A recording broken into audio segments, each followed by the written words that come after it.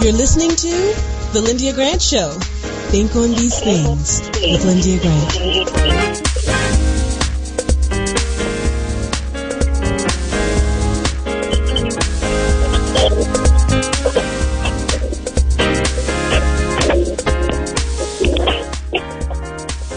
Well, good evening, Radio 1 listeners. It's good to be here with you again this afternoon.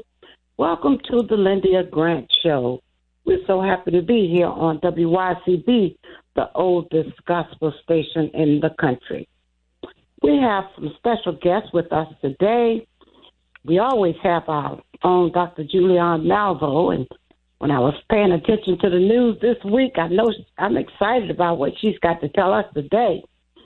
And we also have Sister Dr. Jenna of the Brahma Kumari. Brahma Kumaris with an S. I keep leaving off the S. So I am so happy. She's the founder of Meditation Museum. I want her to say hello, and then we'll go to Dr. Julianne. How are you today? I'm good, and I'm sending a big hug and to all of your incredible listeners. Loving greetings. Wonderful. And I know you already know Dr. Julianne, but Dr. Julianne, how are you today? Say hello to I'm great. You're blessed and highly favored. It's a beautiful day out here in sunny California. I know y'all looking for snow. Snow. I would say I miss snow, but I really don't. I don't think we're going to have no blizzard in this area. But then they just said we really don't know what's going to happen. So they never do. You know, weather forecasters like voodoo priests. You know, they throw some bones and look down and say this is what's about to happen, and they don't ever really know.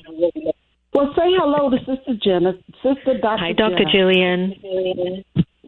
My sister, good afternoon, good evening, and I'm looking forward to you talking about meditation. I can't do that. I try so hard, but I can't sit still that long. Come on. You're just a closet meditator. I bet you've had quiet moments of reflection, seeing your greatest self emerging in front of you. I do get up I belong to Metropolitan A&B Church, and at 7 a.m. Eastern, which is 4 a.m. Pacific, I am on a prayer call. There you go. See? I am on the prayer call. You know you're a big meditator in prayer. You know that. I'm a prayer. I'm like the meditation thing. I try. I try so hard. Dr. Oz has a thing. It's like 20 minutes. I get it. I'm about 7 minutes good. Okay, good. Well, let's just keep the blessings for those 7 minutes. There you go. Well, Dr. Julianne, let's go ahead and talk about some politics, please. Well, let's start. Let's start on a high note and talk about Brother Biden and the economic news that he talked about on Thursday when he gave that long speech about all his accomplishments. He's right about one thing. The GDP, gross domestic product, did grow by 5.7%. This is higher than it's ever been since Ronald Reagan was president. That's real news. In addition to that, we outpaced China, which is first time in 20 years. That's real news. My problem with Brother Biden and his people is they don't tell their good news. It's always buried somewhere. How come they can't celebrate good news? You know, well, he did today, didn't he? He had a press conference today. You might have missed it. It was outstanding. Okay, I missed the press conference today because I've been working. Oh, but yesterday, it's good. He's out there telling that story again. Well, I'm happy that he is because he doesn't toot his own horn enough. I mean, I got a lot of problems with him, but one of my biggest ones is not with him and his work. It's with the fact that he doesn't tout his good news. And so he needs a little more of that because half of these other people, they watching Fox News, and Fox News has nothing happy to say about him. So when he has good news, he needs to shout it from the mountain. Shout it from the mountain. But anyway, that even in the midst of that economic news, what we do know is he's lost a lot of support among black people. His approval rating among black people has gone down by about 18%. Black people in the state of Georgia in particular are pretty disgusted with him. And part of it has to do with the failure to deliver on voting rights, which he couldn't deliver. He needed the Senate to help him. They need to be discussed with Manchin and Sinema, but that's another story. But in any case, one of the things that he has not done that he could easily do that would help black people would be to, because black women are the most likely people to have student loans and to have the highest number of student loans. So even if he forgave 10,000 of those student loans, that would make a difference. He said he was going to do it on the campaign trail, and he didn't do it. So this is a problem. But now, speaking of black women, ain't it rich, ain't it rich, and ain't it real? Yeah. He said that he was going to put a black woman on the Supreme Court, and he reiterated it, and he says he'll nominate the sister or announce her name by the end of February. I'm excited. I'm very excited. And the women that he has under consideration have impeccable qualifications. Kalanji Jackson out of a Harvard grad who already is a justice. The young sister from California, 45, she would be amazing. If she's 45, she could outlast John Roberts and all the rest of them. Amazing. And then, of course, Congressman Clyburn has a favorite sister, and she's interesting because she's not Harvard, she's not Yale. Half of the court is either Harvard or Yale. She's not Harvard, she's not Yale, and she comes from a very working-class background. And that's what we need more of in terms of the Supreme Court. So I'm just very, very, very excited about these possibilities. However, it's exciting. However, a black woman on the court is not going to change. Will change the context of discourse. And one of the things we all have to understand is legal precedence. Even if we lose a case, if you have a brilliant sister dissenting, that dissent becomes part of the record, which allows future generations to basically cite. So that's a really good thing. But the flip side of this is it does not change the ideological composition of the court at all. This court has said they are going to look at affirmative action in their next session. And there are two affirmative action cases. One, of course, is Harvard, which is a private institution. And they sued because they say that racial preferences discriminate against white people and Asian Americans. And then, of course, they're going back to the University of Texas, which is a public institution. And the affirmative actions, I got into college, I got into graduate school because of affirmative action. And I ain't no dummy. Affirmative action was important to open doors. We still need it. We know that we still do not have equality of outcomes in the elite professions and the elite universities. And so it's important. The sister on the Supreme Court cannot change their mind. And Roberts and Amy Coney Barrett have already gone against affirmative action. So they're not going to change their minds, but whatever she puts into the record will help future generations. I tell you, my most recent bad habit, I have many, but my most recent is reading the comments in the Washington Post. Like, I'll read an article, then I'm going to read the comments. Why do I read the comments? I don't know. But you know what? Okay, I cannot say this on a Christian station. White people crazy. White people just crazy. They say things like, well, we don't want to have a black woman as a justice because that's racism. Well, you had, in the whole course of the Supreme Court, you had 2 black men, no black women, over 150 justices. Excuse me? I mean, Kavanaugh's sole qualification for being a justice is that he drinks heck of beer and rapes. Or allegedly rapes. Let me say allegedly rapes. So there are too many women who have too many stories about him. So, and let's not even talk about Justice Uncle Thomas. But in any case, we read these comments. There's going to be some pushback. Manchin and Sinema. Susan Collins, Senator from Maine. We should take our time. Well, did you take your time when you rushed that white woman through in 5 weeks? Right. That was taking your time.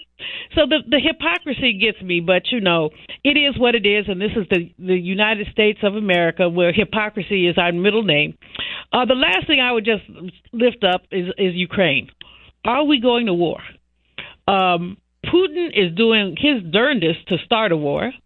Biden is playing Mr. Bojangles. You can't dance with the devil.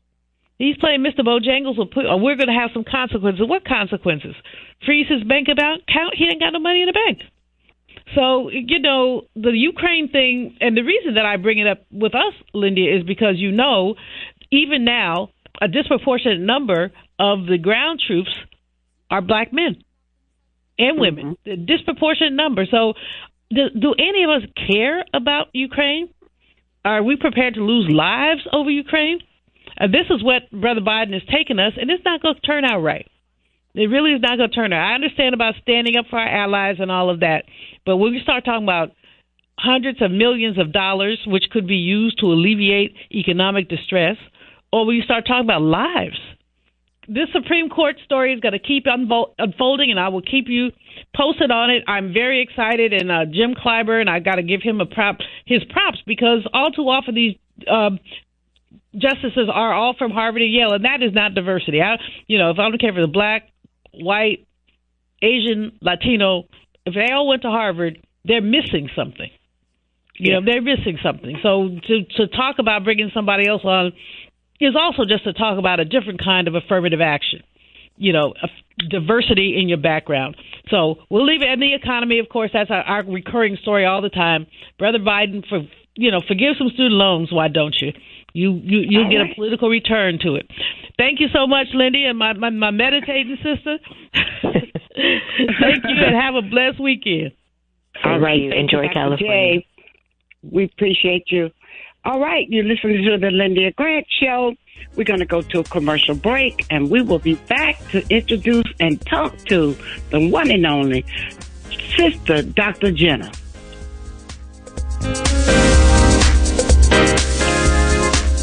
If it wasn't for my care coach at AmeriHealth, I probably wouldn't be so healthy right now. As a man, we don't get checkups or see a doctor regularly anyways. It's probably just a man thing because none of my partners go either. We know we should, but we just don't, and hope it works out. So what changed for you? AmeriHealth assigned me a care coach, somebody that gives one-on-one help, answer questions, explain things, and help set my appointments.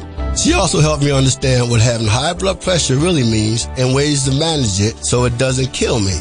It ain't nothing to play with. If you're a member of AmeriHealth, ask for a care coach. I'm glad I got mine. At AmeriHealth, if you need a care coach, you can have one. Just call us at 1-877-759-6224 to get connected.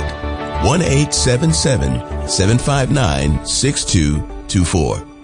This program is funded in part by the government of the District of Columbia Department of Healthcare Finance. Mayor Muriel Bowser. This is Frank Smith with the African American Civil War Museum in Washington, D.C., located at 1925 Vermont Avenue Northwest on the Green Line. Did you know that a recent study found that children who visit museums do better in school and in life than children who do not? So parents, teachers, and preachers, let's get moving. I promise you, if you bring your children to the African American Civil War Museum, they will be inspired by the images that they see. They will be impressed by our living history reenactors who are always available, and they will be involved in our scavenger hunt that takes them throughout our exhibit. That's the African American Civil War Museum, 1925 Vermont Avenue. Our hours are 10 to 6:30 on weekdays, 12 to 4 on Saturdays and Sundays. See it. Be inspired. Washington Informer religion columnist Lyndia Grant. Rosa Parks refused to give up her seat on a segregated Montgomery bus. In lectures on brotherhood, Ms. Parks often said, "People always say that I didn't give up my seat because I was tired. But that wasn't true. I was not tired physically. I was not old. I was 42. No, the only tired I was tired of giving in." Driven out of Montgomery by harassment and death threats, Detroit, Michigan became her new home. Rosa Parks will always be remembered as the mother of the civil rights movement. Raised in the AME church, she once said, "I remember finding such comfort and peace while reading the Bible." Read more in the religion column of the Washington Informer, an award-winning African-American newspaper. We don't report crime or gossip, just positive news. Pick up the Washington Informer or visit us online at WashingtonInformer.com. Call 202-561-4100 for more information. All right, we are back. We're going to introduce Sister Dr. Jenna. So glad to have her here. We have her on today because she has recently released a new book entitled Meditation, Intimate Experiences with the Divine Through Contemplative Practices. She is an acclaimed, trusted spiritual mentor committed to bridging divides in societies and building relationships between global influences. Sister Jenna has impacted lives around the globe, inspiring change and finding solutions to current-day crises as the founding director of the Brahma Kumaris Meditation Museum located in the metropolitan Washington, D.C. area. Sister Dr. Jenna is also the host of the popular America Meditating radio show, and she's a recipient of the President's Lifetime National Community Service Award. She's a member of the Evolutionary Leader Circle, and she was selected by Empower a Billion Women 2020 as one of 100 most influential leaders of 2020. Sister Dr. Jenna's voice of influence is particularly needed in the wake of tragedy and increasing violence in our world. I met Sister Dr. Jenna about 10 years ago when we were doing a program with Oprah Winfrey. And I'm telling you, it was just, I knew that she would be someone that would be in my life for the rest of my life. I love Sister Jenna so much. I want you all to know that. Sister Jenna, thank you for just who you are and what you bring to all of us. Say hello to the listeners, and I want you to give us a meditation, too. Lyndia is just one of the most delightful people I've ever met. Is someone just so precious, I just can't begin to tell you. So after Dr. Julianne took us into the grind, I'd like to take you all into the light. So it's Friday. We've had a long day. Maybe you're getting ready for supper and you're listening to the show. Let's take a deep breath.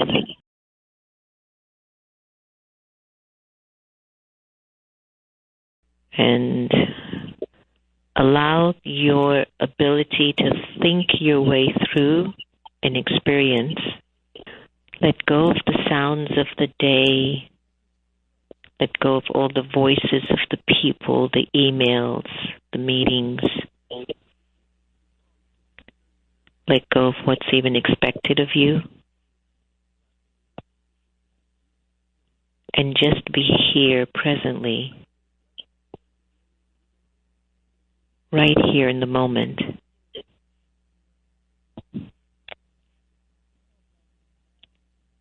Take a deep breath in and out.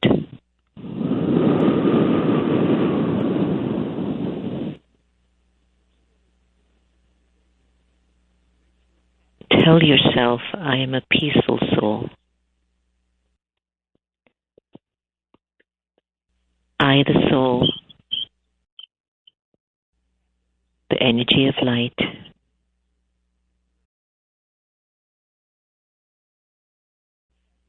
I am peace.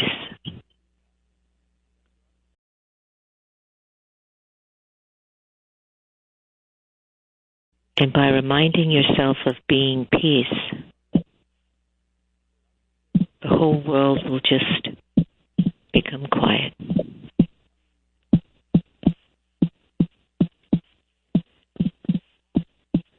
And in your being quiet, you will be able to see yourself and hear yourself and recognize what's needed from you.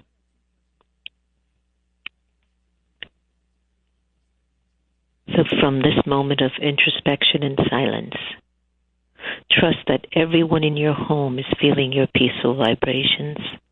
Trust your city is feeling peaceful vibrations.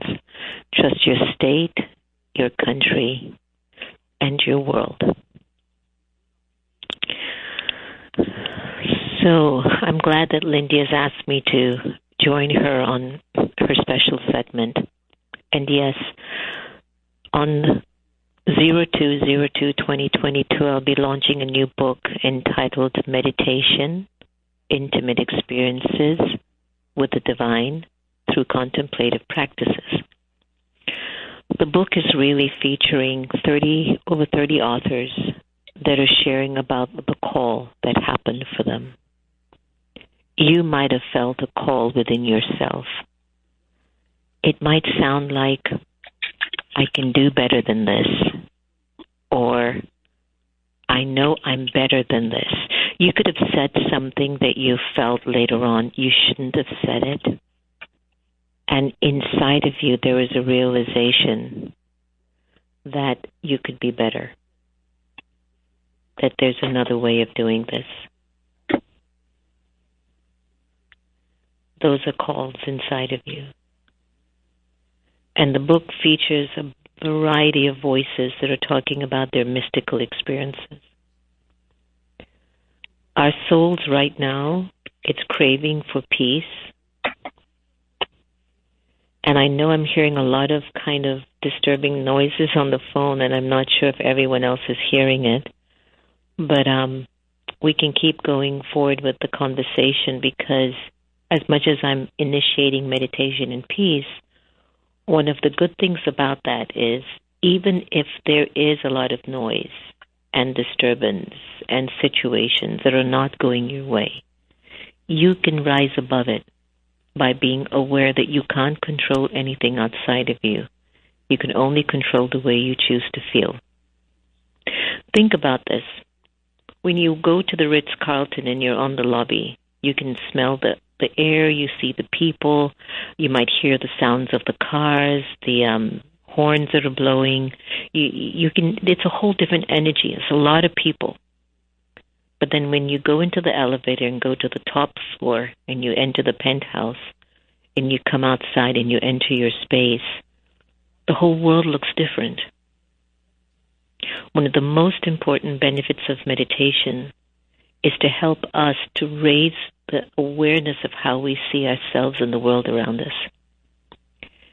If we keep seeing ourselves in the mirror from the ground floor, then we're going to get ground floor responses. But if I can see myself from the penthouse, then I'll get penthouse responses. And there's no doubt that if I'm staying on the penthouse level, it requires some sense of responsibility, that I have to maintain my energy to stay up. So maintaining a ritual of positive thinking, journaling, moments of silence, they're essential in not only building the spiritual power of the soul, but sustaining it as well. When I met Lyndia for the Oprah Winfrey program many years ago, she could not hide the powerful strength of a woman that she is, and her generous heart, and the way that she shows up in the world to help humanity to be better. Because all of her thoughts, words, and feelings have been recorded in her spirit.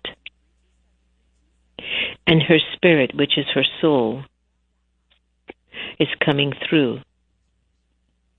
You know, it's coming through her eyes, it came through her words, it came through her heart. And I can fully recognize this woman and how powerful and beautiful she is. I'm saying that to you. Be that energy that can keep sending light and love to everyone around. Lyndia, thank you for, bringing me on air and for us to really showcase the importance of meditation in our community and spirituality. My book is going to be released on the 2nd of February, which is next week, so you can get a copy of it anywhere at americameditating.org or on Amazon or Barnes & Noble. And many, many blessings to you, my sweet sister, as life continues to offer you always golden, golden petals and golden blessings. Thank you so much, Sister Dr. Jenna. I love you so much, and thank you for that wonderful message. Anytime. All right. You're listening to the Lyndia Grant Show. Now I have a special treat for you.